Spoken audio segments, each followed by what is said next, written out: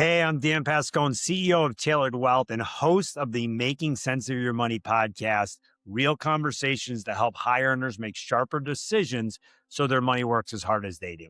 This is episode number 52, and today I'm joined by Lacy Garcia, founder and CEO of Willow, a platform helping women find the right financial advisor through education, personalized matching, and advisor training. We talk about why so many women feel like they're not rich enough for advice, the confidence gap around money, and why the right advisor relationship starts with trust, not just credentials.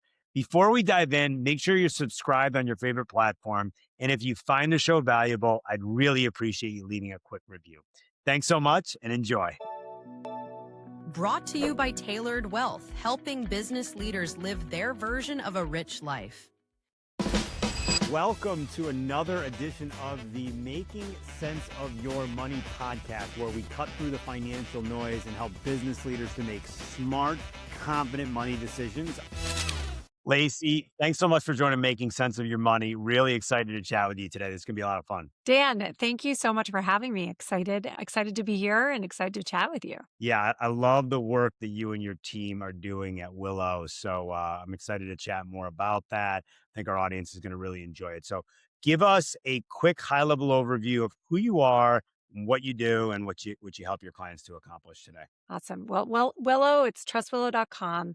We're a wealth accelerator for women and their families. Okay. And how that works is that we partner with financial advisors and firms to help advisors through our Advisor for Women certificate program to learn how to better serve women and better support their needs. And we then we provide sort of personalized matching to the best fit financial advisors after we've trained them, we've vetted them, we've ensured that not only they fiduciaries in good standing, most of them are CFP professionals, all of that, but they also have that empathy, that ability to educate and empower in a way that's really critical for women clients.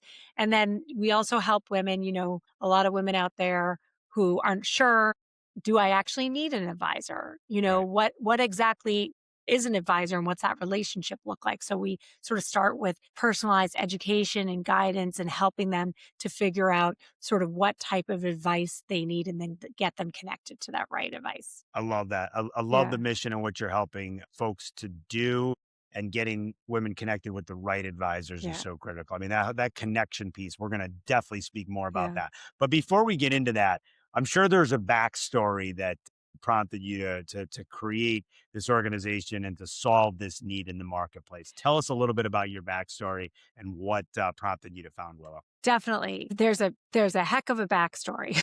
All It's right, like, let's get I into it. certainly, if you talked to me 20 years ago, never anticipated being here, right? All right. So I started my career really in education and the nonprofit sector before becoming a marketer in financial Okay. services, and then I became a financial advisor, but it wasn't a direct path. At the same time, I also became my adult sort of marriage as the non-financial spouse.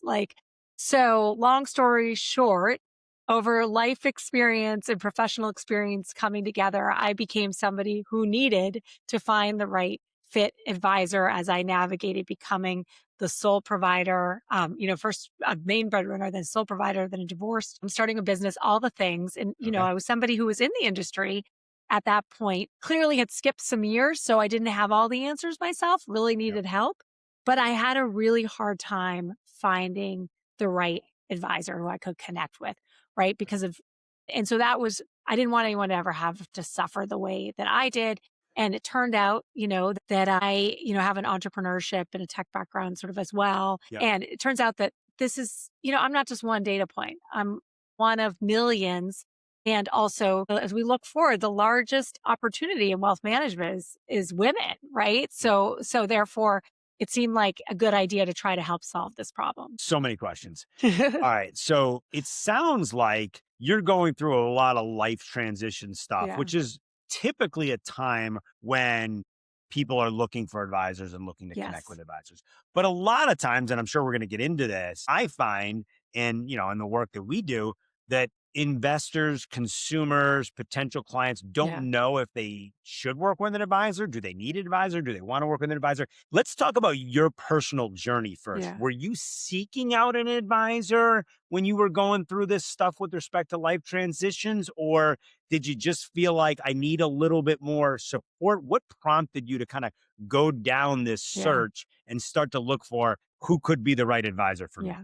Well, I had a leg up in the sense that I was actually in the industry, right? At You that were in point the I had industry. become I was a new advisor myself and Okay. I knew I need this, right, for Yeah. myself, but most people don't know that. Like Right. the vast majority don't. And most women are sitting there being like, I don't think I'm rich enough, right? I Right. like I'm trying to figure out how much my life costs or a budget or like these things that seem overwhelming and daunting perhaps, but like I don't think I have enough money for an advisor. So they don't realize actually the main trigger for why you need proper financial advice is like, do you have these questions and you don't have a financial plan or the confidence that you're going to be able to deliver on them?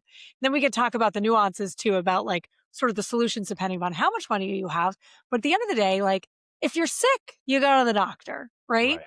But Yeah. if you don't know what to do or you're struggling or you're overwhelmed, right? Like this is like what's amazing is that I talk to women all the time, and this is not just a woman thing, but like it's more Right. women than men, to be honest, in this Yep. lack of confidence I situation get that. where they're like, oh, I need to get my act together and then maybe I could go get a financial advisor. And I'm like, Right. No, no, their job is to help you get your act I was together, like, right? that's the point. You don't need to get it all buttoned up before you go to them. You're supposed to go and be like, how do I make this? How do I figure this out? Right. I think I got the quote that we're going to use when we promote this and we're only a couple minutes in. All right, that's great. So that gives me a lot of backup. So now I want to hear about. It sounds like you were looking for advisors and maybe didn't have the best experience. Can you give us a little bit of insights there? So, Sure. all these things that we read about or we hear about that are like, where a woman potentially in the scenario gets sort of ignored or looked Right. past or talked down to or all the things, right? And especially Right. I was in this place where I was, I was somebody who was a relationship manager on behalf of other people. But when it came to, but I was using a team. I was in the ultra high net worth family office space. So I was leveraging experts, right? And sort of quarterbacking the whole thing. But then when it came to my own stuff, like I really needed help, right? I wasn't the same level of wealth and Right. complexity and complication as my clients were. And Right. I was trying to figure certain things out. But everybody I talked to was like, well, you know this already, sort of made me feel really, they didn't get the emotional aspect of what I was going Right. through, made me feel There's a kind of lot more embarrassed. than the technical Yeah, stuff. 100%. exactly. Embarrassed, ashamed, all that stuff. So yeah, so the answer was it was a completely it made me feel worse. It made me feel really alone. It made me feel really ashamed. Like all the things that we hear about, we read about, sort of when you look at the data out there, I'm a data point. So that's why, Yeah. and I was somebody who like, heck, I'm in the industry, right? So like I should actually not be having this experience. So imagine how it is for all these people, but like women especially who are out there who aren't in the industry. All right, so that makes a lot of sense. So if it's hard for you, being that you've got this background and Yeah. you've been in the industry and you've served in this role to find someone, well, people that don't have the same level of Yeah. expertise and knowledge that you do, it's going to be even that much more difficult. Okay, so that's probably the I guess that's the idea behind starting the business. So then now let's fast forward to Yeah. how do you help women avoid what you went through? Yeah. So I think part of it is like really understanding. We start by like with a simple questionnaire when folks come Okay, to Trust Willow. We try to understand who they are and where they are and what right, exactly they're looking for. But then we try to really help them. We bring in things like beyond just okay, how much money do you have? Your net worth, your investable assets, like all of that. But we kind of are like, who are you? What's your life yeah, journey? What type of relationship are you looking for? How do you want to communicate? Like we bring in Myers-Briggs, we bring in favorite hobbies, birth I order, we love it. bring in all this stuff, right? So we're trying to be able to then connect you with, depending upon, what advice you're seeking, how much money you have, suggesting the right type of relationship, right? Is it like, oh, I want a one-time financial plan with, meet with a CFP time financial plan because I'm honestly looking at just trying to figure out how to buy a house and I only have like $50,000, things like Right, that, right? Or right, is it like you really do need an ongoing relationship with the right fit advisor. And so then how do we get you connected with somebody that you can get on that first, most days it's a Zoom call, right? Yeah, Or a video call. And you can feel like, okay, they get me. I feel comfortable. I can let my guard down. I can ask my silly, stupid questions, right? So that's what we do. All right. Very, very cool. All right. So I Yeah. have a question for you. And given that you've got a little bit of a marketing background, I think you'll resonate Yeah. with this. A lot of the marketing people in my space say, well, you got to pick a niche, right? And the Yeah. niche is typically demographics. It could be a geographic area Yeah. or, like us, we're across the country because we're doing most of our work virtually. Yeah. But it could be, an age range. It could be an investable assets range. It Yeah. could be an income range. It could be a vertical or an industry, which makes sense conceptually because people resonate with someone Yeah. that specializes in kind of like who they work with. But that doesn't always answer are we going to get along? Are we going to be able to let our guard down? Are we going to be able to build trust, right? Just because I serve and, we serve a lot of executive level leaders and business owners, right? Yeah. Just because I serve those people doesn't necessarily mean each one of them is going to be a personality match. So how do you kind of figure out that stuff that you can't articulate in like a brief questionnaire to try and pair the right advisor with the prospective? Well, it's a couple things. So first of all, when we're working with advisors, right, one of the things we try to help to do is to make sure that when you're determining that niche, right, it's something that's authentic to you. Like, what's your Right. why? Like, Right. who are the clients that you like working with, that you're passionate about, that like sort of fill you up, right? Versus like, I mean, most of us who got in this business certainly a while ago, it's like you take what you can, right? Yeah. You're like, let's be frank, you're growing your business, you get the clients, like, doesn't mean it's necessarily the best fit ever, right? But as this industry evolves in many, many ways, right? It's gone from much more transactional to actually it's much more about collaboration and human connection. And like actually advisors today, especially advisors who are in the planning space or certified financial planners, they really are like helping clients, right? They're acting in this fiduciary role. So it's honestly, it's better if you like the clients that you're serving, right? So we help you to try to identify, okay, who are the people that at least we can narrow this down so that we can try to bring for you, the advisor, the people that you're going to connect with and you resonate. So that's a lot of the work we do in training the advisors. And so that their niche isn't just to make, it's like helping them to also like authentically grow their business and right. And then they get the clients they want. When they're set up that way, then they attract the clients who are the right fit clients for them. And obviously we do specialize in women, right? And we look Right. at a lot of the things with women, the majority of women, and I am not speaking to the fund managers or the institutional investors on this call, but the majority of women who sort of did not grow up in the industry, right? Or serious institutional investors, they care so much more about the personal connection and the trusted relationship than they do about, I mean, granted, when they come to Willow, they expect, we only work with top-notch advisors Right. who are good standing, who have great credentials, who have great experience, who have references, like all that. But they really want a personality connection. They want like a shared experience. So that's where we're aiming for that, right? We're aiming for like, they're not coming and being like, the main thing I want to do is compare the investment portfolio, Of like course. performance, right? They're looking for like, I want somebody who I can really connect with on a personal level. So you make sure that they're qualified and that they have all these credentials and they have this training. And then like we're really trying to optimize for that personality fit. Yeah, I think what's really interesting about that is today, qualifications, credentials, being a really high level professional in our business, I think is really table stakes. I mean, the reality is you can find that stuff with a ChatGPT search, right? Yeah. So, but I think what's really nuanced about what you do is helping to create that personal connection. So, like Yeah. you mentioned Myers-Briggs. I've Yeah. done a fair amount of different types of personality tests and assessments. I'm a big fan of them.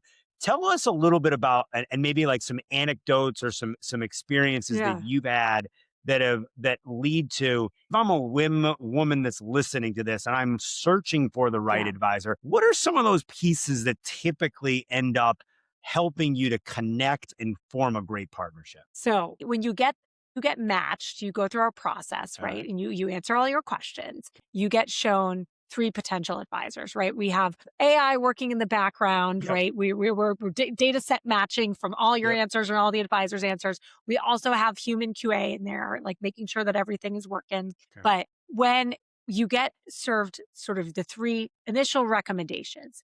What you get to see is instead of seeing your sort of typical looking at an advisor's website, you see them as a person, right? They Okay. have all their credentials, but we also show personal pictures of them, a really Okay. personalized bio. And then we have these 5 differentiated things. We do show their Myers-Briggs, their favorite hobby, their birth order, and if they're comfortable, their astrological sign.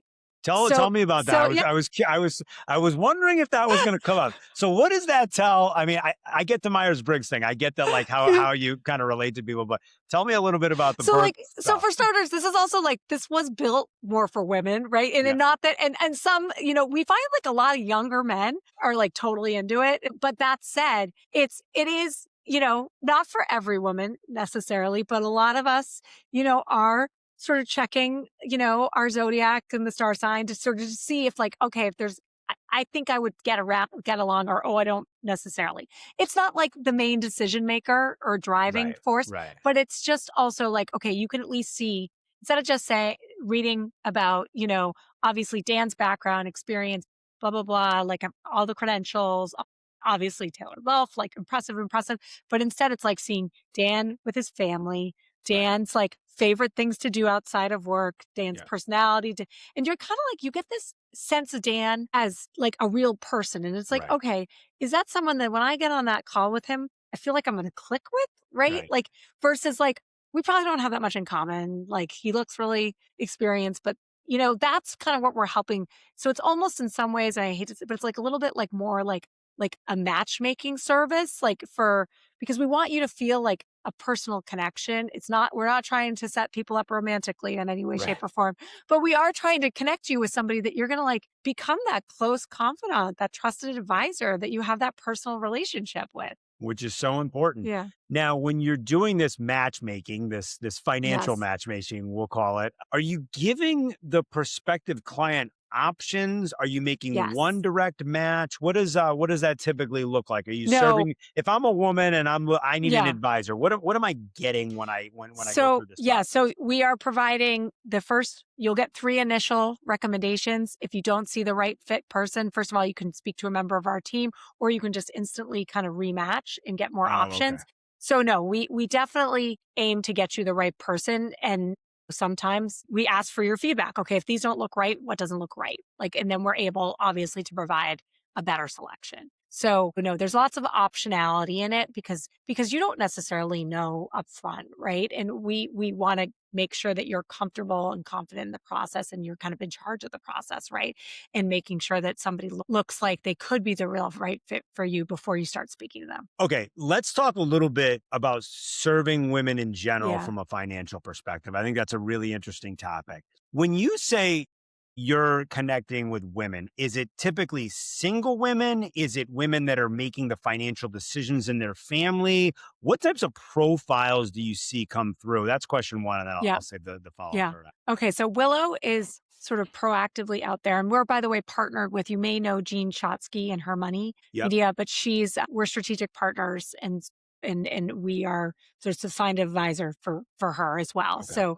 So we are really focusing on women anywhere up to sort of, we call mass affluent, but in that range of anywhere from, just getting started to 5-10 million-ish, right? So we have like the bulk who's coming to us is probably 30s, 40s, 50s, 60s. Okay.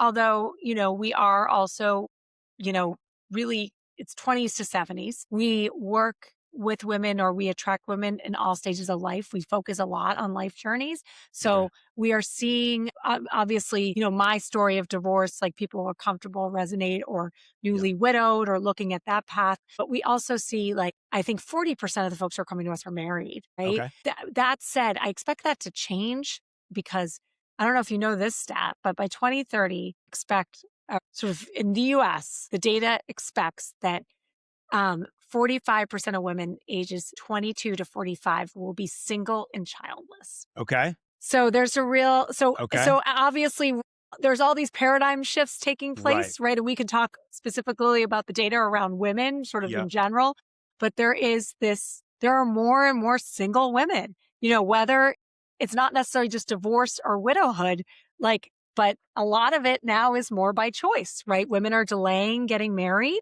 and delaying obviously having children. So there's a lot more single women. So we're seeing more and more, women who are, and when we look at the younger women, they're like a lot more empowered around their finances, which is super 100%. exciting, I right? see them myself. Like they're coming in the door. Like, I mean, Gen Z is like 70% of them are already investing, which is Yeah. amazing, right? Yeah, I mean, I see it myself. We're a fairly younger and fast Yeah. growing firm.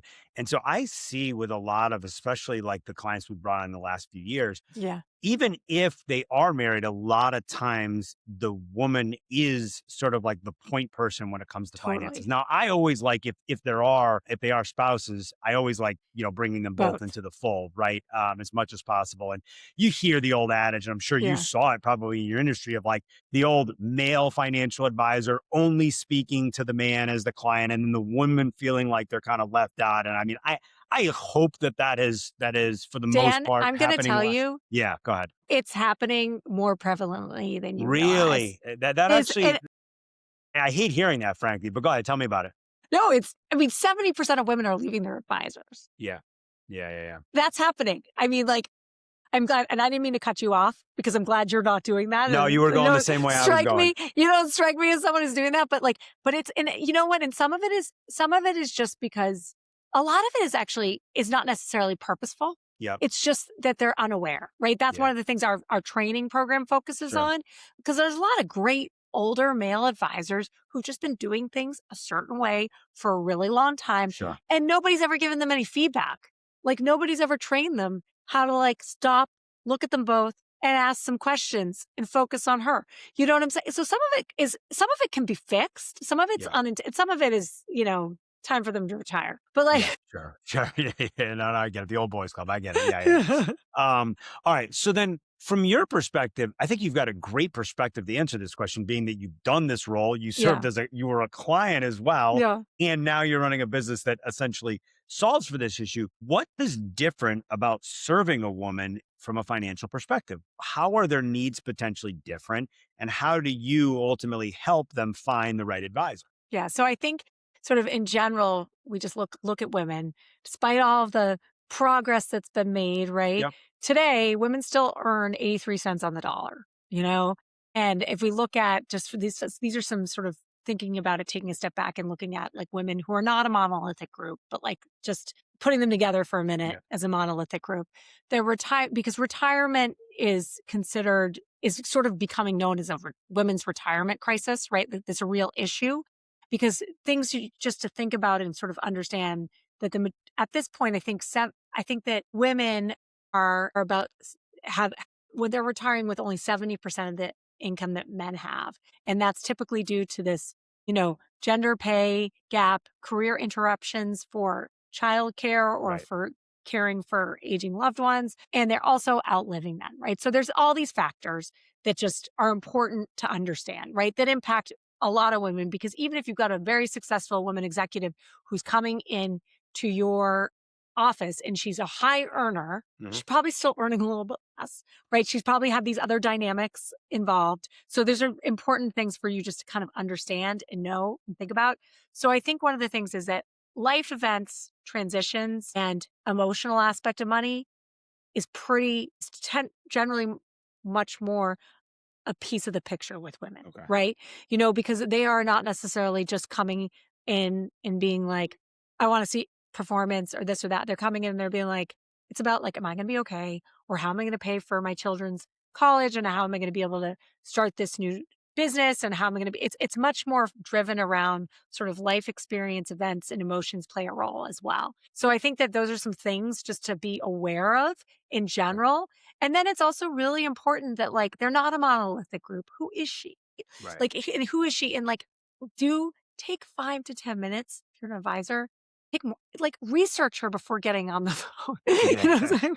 Like, and then like there's different, depending upon her persona, like, is she the primary breadwinner? Is she the head of household? Is she the non-financial spouse? Or like, what is it? Because there's a really easy roadmap for some of the right questions to ask, like based off of just taking a couple of minutes before you even meet with her. which today everything's available online, right? You can find out this information, very easily. And then my last thing, start by asking her an open-ended question and then shut your mouth and listen. That's the key. That's That's the the key key. right there. All right. So then last one, and then we're going to talk about you a little bit.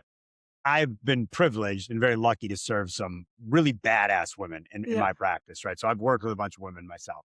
Do you find that the advisors that you're connecting women with, does it work better if it's a woman advisor working with a woman? Does that not matter at all? Or is it more of just sort of the traits that you mentioned and sort of like the way that they go about their business, and male, female doesn't matter? What's been your experience there? Yeah. I I think it can matter at moments, but the majority of the time it equalizes out to be about 50-50, right? Okay, got it. For starters, a lot of like, younger women are coming in the door saying they want to work with a female advisor a lot of the time, Right. but they're just as happy when they're connected with a man who gets it and gets them, and older women might come in with more of a preference for working with a man because they're more comfortable with that. Sure. And similarly, they can end up being really connected to a woman. So it's less about gender than it is about self-awareness and truly like we train advisors on how to integrate coaching into their practice and then into their conversations and sort of really be able to connect and support. And so I think a lot of the stuff that we talked about those personal connections is more important than the gender. I love it. I love it. Yeah. All right. Very good. So now we're going to get to know you a little bit more. All Yeah. right. So you are officially entering the lightning round, Lacy, which is, Okay. it's just getting to know you. First thought that comes to your mind. Some of them are quick hit and some of them we'll have a little bit more of a discussion on. All right. Great. So first one, let's go with this. One meal for the rest of your life. What is it? Frozen yogurt. Frozen yogurt. That's the first for me. Okay. That's the first for me. I actually took my son for frozen yogurt last week and it was good. It was good. I was going to say Uh, Caesar salad, but then it would seem so fake.